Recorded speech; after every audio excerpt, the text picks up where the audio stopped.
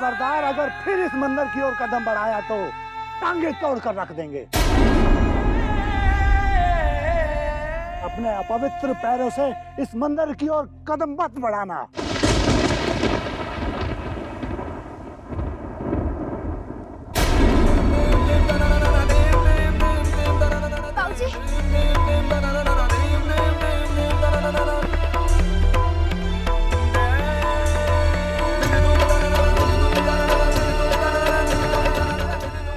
बाबूजी, लड़की, कान खोल कर सुन ले, अगर तुमने थोड़ी भी लज्जा बाकी है तो इस मंदिर की ओर अपने पाँव मत बढ़ाना। कैसे लोग हैं? इतने बड़े हाथी के साथ ऐसा व्यवहार किया जाता है? फिर क्यों किया आपने इनके साथ ऐसा? क्या दोष था इनका, बोलिए। अरे तुम जैसी पापिष्टा को जन्म दिया है, यही अपराध है इसका। जब तुम्हारी छाया इस पर बनी रही तो कभी भला नहीं होगा इसका।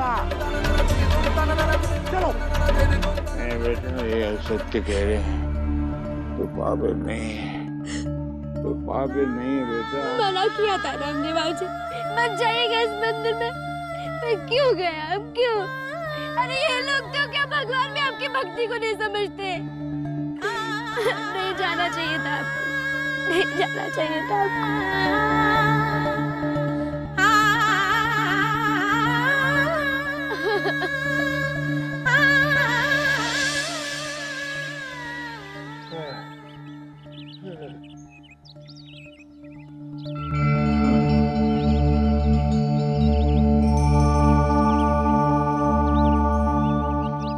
समझ में नहीं आता बाबूजी, लोग इतने निष्ठुर, इतने निर्दयी कैसे हो सकते हैं?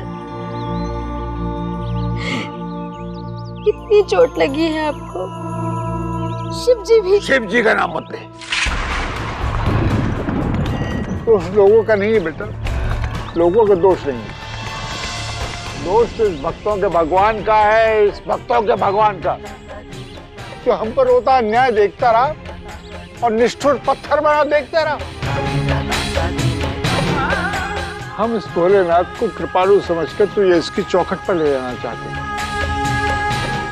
क्षमा कर दे हमें, अब मूर्ख थे हम आज तक जो तेरी आराधना करते हैं। क्या हम अब तेरी पूजा नहीं करेंगे, तेरे भजन नहीं गाएंगे, तेरी कथा नहीं करेंगे। शांत हो जाइए, शांत हो जाइए। पहले आपको इतनी चोट लगी है। चोट हमारे कलेजे में लगी बेटा, कलेजे में लगी।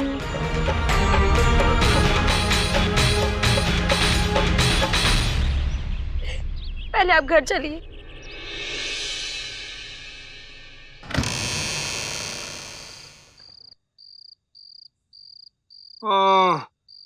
बहुत खून बह रहा है बाबूजी। बाबूजी,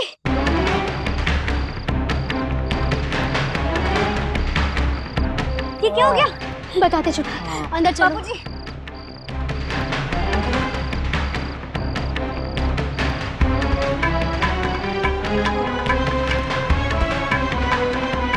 बताइए ना दीदी। बताते हैं। जा पहले गर्म दूध में हल्दी डाल कर ले, जा।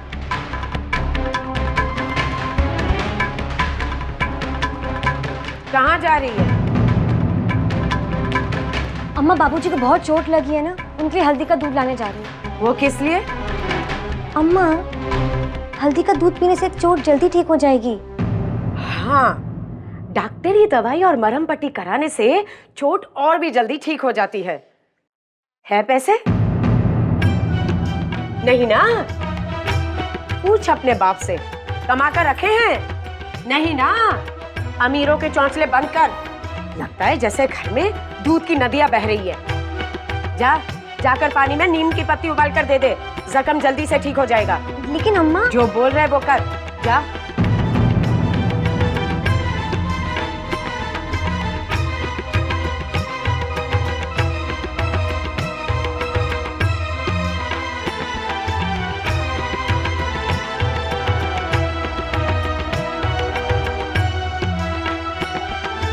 वाह, महारानी जी दिन भर चक्कलस करके आई है और अब आराम फरमा रही है। मेरे बाप ने घर के काम के लिए मेहरी लगा रखी है क्या?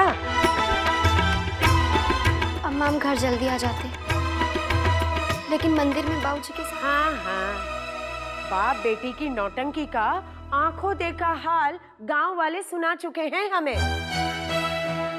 ज्यादा नौटंकी करने की जरूरत नहीं है। जाकर काम पर लग जा। वहाँ झूठे बर्तन पड़े, जाकर मांज ले। अम्मा लेकिन बाबूजी को देखभाल की जरूरत है। देखिए कितनी चोट लगी है। चोट ही लगी है, हाथ पैर तो नहीं कट गए ना जो आसमान सर पर उठा रही है? जा काम पर लग जा।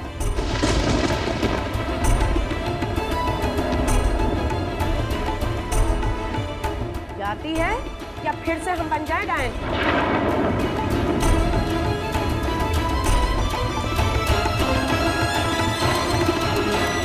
पी लीजिए।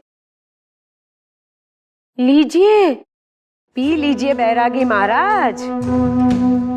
अब जब तक अपनी लाडली बिटिया को शादी करके विदा नहीं करेंगे, तब तक इस भोग से न आपको छुटकारा मिलेगा न हमें।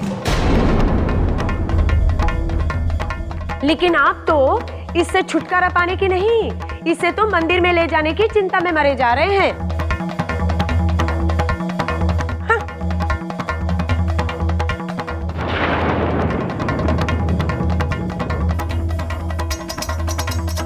जब तक वो मनहूस इस घर में विराजमान है, तब तक बहू बेटे इस घर में कदम नहीं रखने वाले हैं। जी जिस लड़के के बारे में बता रहे थे, उससे रिश्ता पक्का करके हटाइए गंगा को यहाँ से। ऐसा रिश्ता कहाँ मिलेगा? बिना दान दहेज के कौन लेकर जाएगा उस शाप को विदा करके? महारानी जी, बर्तन मांज लिए हो तो और भी काम है यहाँ।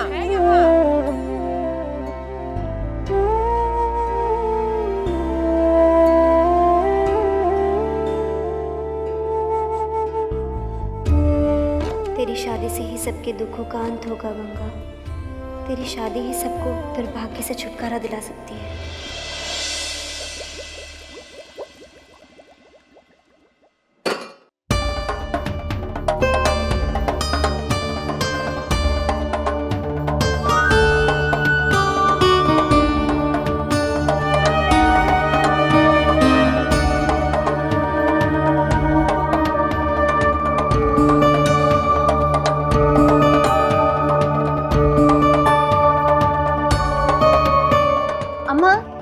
दाल बन गई है ना, लाओ बाबूजी को खाना दे दो।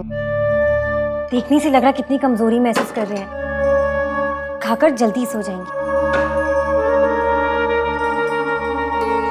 अम्मा सब्जी कौन सी बनाई है? सब्जी नहीं बनेगी आज। अम्मा बाबूजी का कितना खून बहा है, फल दूध तो मिलने से रहा, अगर सब्जी भी नहीं मिलेगी तो उनका खून कैसे बनेगा? उनकी तबीयत कैसे सुधरेगी? कम से कम एक सब्जी तो बना देती। एक क्यों, 2 सब्जी बना देंगे, 56 भोग तैयार कर देंगे। अरे भगवान से मना कि छप्पड़ फाड़ के दे दे।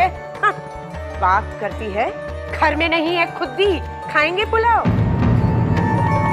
घर का हाल तुझे पता नहीं है कैसे चल रहा है सब। बाप का काम धंधा तो बंद हो गया है। कार्तिक ने भी गिनकर पैसे दिए थे, अब उसे आगे एक कौड़ी की भी उम्मीद नहीं है। ये बचे कुचे पैसे एक दिन में खर्च कर देंगे तो कल क्या करेगी? टप्पर गाएगी?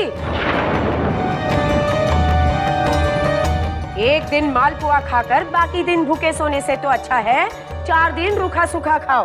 बोल दे बूढ़ों से सब्जी नहीं मिलेगी। सूखी रोटी खाने में कष्ट हो तो पानी से निगल ले। अम्मा चुप हो जाओ। क्या चुप हो जाओ? बड़ी आई है बाप को सब्जी खिलाने वाली।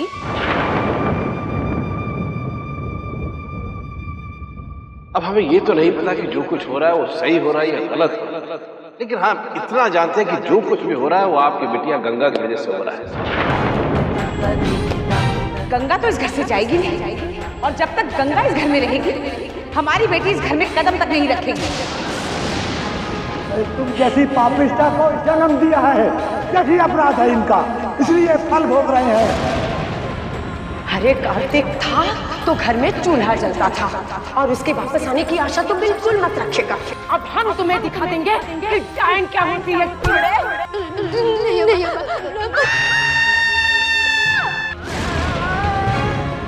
जब तक वो मनहूस इस घर में विराजमान है, तब तक बहू बेटे इस घर में कदम नहीं रखने वाले हैं। जल्द से जल्द गंगा बिटिया के हाथ मिले सारी समस्या अपने आप हल हो जाएगी।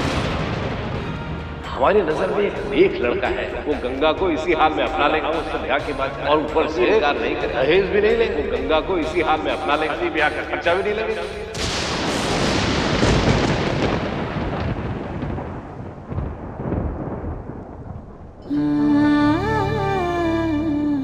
अगर तुम्हारी छाया इस पर बनी रही तो कभी भला नहीं होगा इसका।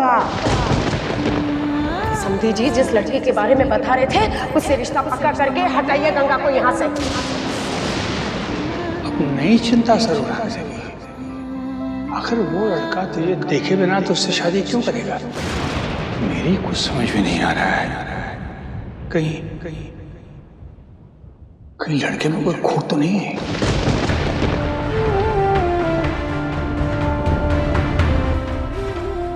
नहीं बाबूजी, जोड़ी तो भगवान बनाते हैं।